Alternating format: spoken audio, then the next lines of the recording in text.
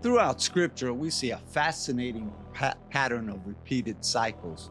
These cycles often involve humanity's relationship with Yahweh, characterized by rebellion, consequences, repentance, and restoration. From Adam and Eve's disobedience to the Israelites' repeated cycles of idolatry, judgment, and restoration, these patterns highlight humanity's tendencies to stray from Yahweh. Yet, his faithfulness shines through as he repeatedly extends mercy, forgiveness, and restores his people. These cycles serve as a reminder of both our fallen nature and Yahweh's redemptive plan. They reveal the consistent pattern of his pursuing a relationship with his people. Understanding these cycles can offer valuable insights into our lives and Yahweh's unwavering love and grace.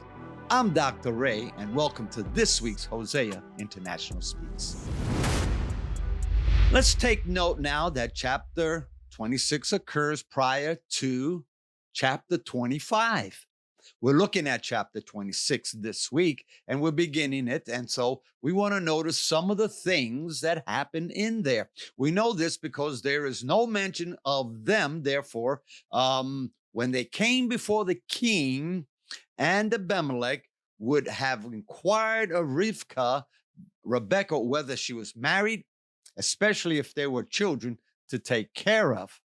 When we look at chapter 26, we see patterns that we have seen in earlier chapters. And some of these patterns are built upon and further developed in the story or the narrative of this chapter. Because Yahweh created a universe and a system of life that emulates himself, it is, of course, orderly and non-chaotic. That is on Yahweh's part. We are a universe and life system of patterns. We see patterns because Yahweh's principles of order, and I like you to notice that principles of order are rock solid and they never change. He's unchanging, says Scripture. This produces repetitions and patterns at times, predictable cycles. They are also treasures that are uncovered as to why the patriarchs acted the way they did. Now, let's uncover some of these patterns in chapter 26. Notice now, the chapter starts off with the weather of Canaan being in a state of famine. This famine is differentiated from the one that was in the days of Abraham, says that first verse of chapter 26. Apparently, remembering Abraham's similar plight and resulting sojourn in Egypt, Isaac was about to do the same. The route which Isaac embarked was the same that his father had taken, and he was following in his father's footsteps in almost every way. The route, though, that he was going to take to Egypt took him into the territory of the Philistines. Notice the same route that Abraham was taking. This route seemed to have been one that was taken by, notice, many of the travelers of the region. And because of the famine, many were probably headed towards Egypt or the city of Gerar, because it was known as a stores city. That is, it was a place where the king resided. So the city had warehouses and food storages. The name Gerar means a lodging place. The picture that is painted by the name is, and if you see that, if you were to look at the Hebrew lettering of it, the picture is that travelers that walk by or one who travels through a foreign land. And because traveling through a foreign land, fear would be associated with strangers and seen as an enemy. This is probably the reason why Isaac, like his father, decided to tell those who may ask concerning Rebekah that she was his sister rather than his wife, for fear the strangers would kill him in order to take her for themselves because she was fair. Notice verse chapter 26, verse 7, she was fair to look upon, and this included the king of Gerar, Abimelech. Now, I would also like to inject another reason why maybe Isaac claimed that Rebekah was a sister, and maybe Abraham the same way, because she was also barren and had not had any children up to this point. And so to protect her from being ridiculed as a person who didn't give, as a barren woman, she said, she is my sister. And being that if she is not pregnant or have any children, and being his sister, then they would understand why she is without child. And I would surmise, like I said before, Abraham may have used this same excuse in order to protect Sarah from any embarrassment. Now, back on the road, many today will take the same road when it comes to time of famine, even in their life or even in their location. And many will follow in the footsteps or patterns of former travelers in their life.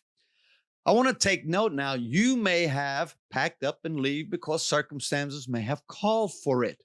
But then there are at least followers of Christ or Yahweh when it may be time to sit still and hear what he is saying. And this was the case of Isaac and Rebekah. Let's look at verse 2 of chapter 26, where it says, Yahweh appeared to him. Did Yahweh appear to Isaac in a theophany, or was his appearance a physical one? The Hebrew word used here for appearance is the word, or the Hebrew word, vayera. This word indicates that it was a divine revelation when Yahweh appeared to Isaac. It should not be taken that Yahweh made himself visible, possibly, maybe not.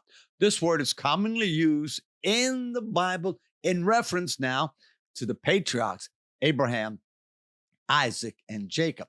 Remember, this was the fourth section of the book of Genesis that when we divided the book of Genesis into 12 different parts, this Vayera, when he appeared to Abraham, was the fourth section. And now he is appearing to Isaac. Now, when Yahweh appeared to Abraham, now he appears to Isaac, and he will also appear in the same manner to Jacob in his lifetime. It indicates a more direct and intense receiving of communication, the word vayera. This form of the word denotes an unquestionable, unmistakable contact with Yahweh that includes a crystal clear message that could include a visual experience. Another thing to note here in this chapter, the Abimelech that we read about here is not the same Abimelech that Abraham met. The name Abimelech, let me give you a little background on the name of Abimelech, means father king, or my father, the king. It is considered a title, and it was probably a name that many Philistine kings chose for themselves. This can be seen today. We see many today as the kings of England and the queens of England will take names of past kings and queens. And also, how about the popes? We can see that in the names of the popes. And obviously, again, in the kings of England, we can see Henry when there was 8 of them. Remember that? King Henry VIII, who had many wives. Now, verse 2 continues, Yahweh renews his covenant with Isaac, which he had made with Abraham. Let's remember the characters in the Bible are only human, especially in the Old Testament, where they didn't have Holy Spirit residing on the inside of them to keep them on track every time they strayed. So at times, Yahweh would have to appear to them, or maybe through the prophet of that day, come and tell them of his covenant that he had promised. And in this case, the promise that he had made to Abraham, he's also now repeating to Isaac.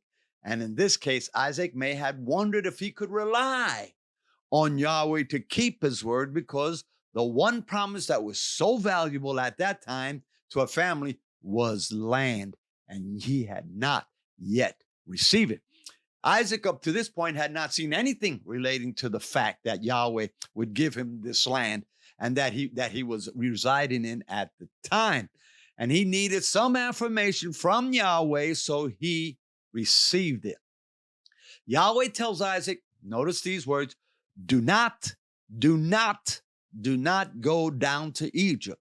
Dwell in the land which I tell you of. Sojourn, that word sojourn means to dwell, abide, remain, inhabit, be a stranger in the land, in this land, and I will be with you and will bless you. And notice the words toward the end of verse 4, and in your seed shall all the nations of the earth be blessed, even though Rebekah has not had any children. The idea that is portrayed here is that all humanity will have their hopes connected to Israel, and we have some of who would try and destroy the land if they only knew that their well-being is connected to how they treat Israel, and so they would not. And I'm talking about a lot of countries.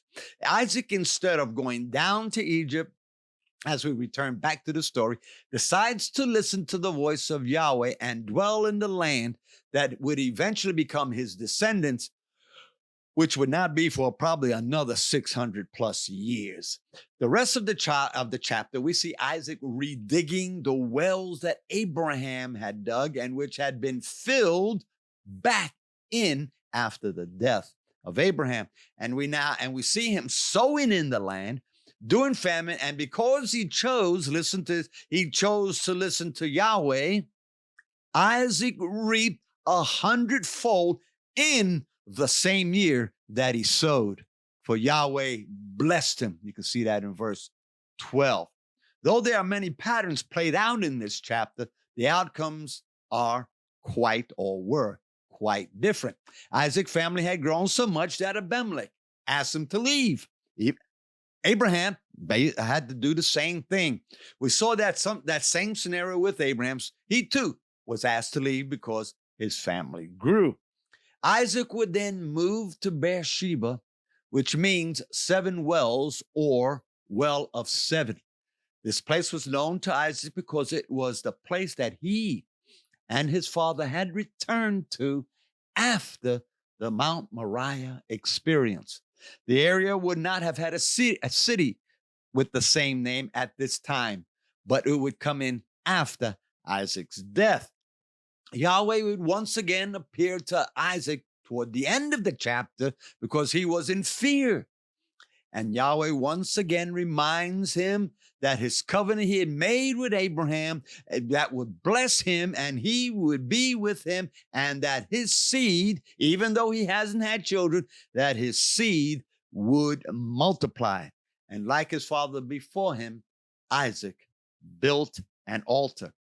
The chapter ends with Esau causing more grief on his mother and his father by marrying outside of the family. Are there patterns in your life that seem to come around every so often that need to change?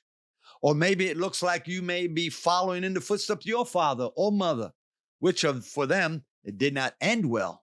Or even maybe, just maybe you would like to follow in their footsteps because their life did end well. You can, if your life is a misery right now, you can by giving your life to Jesus.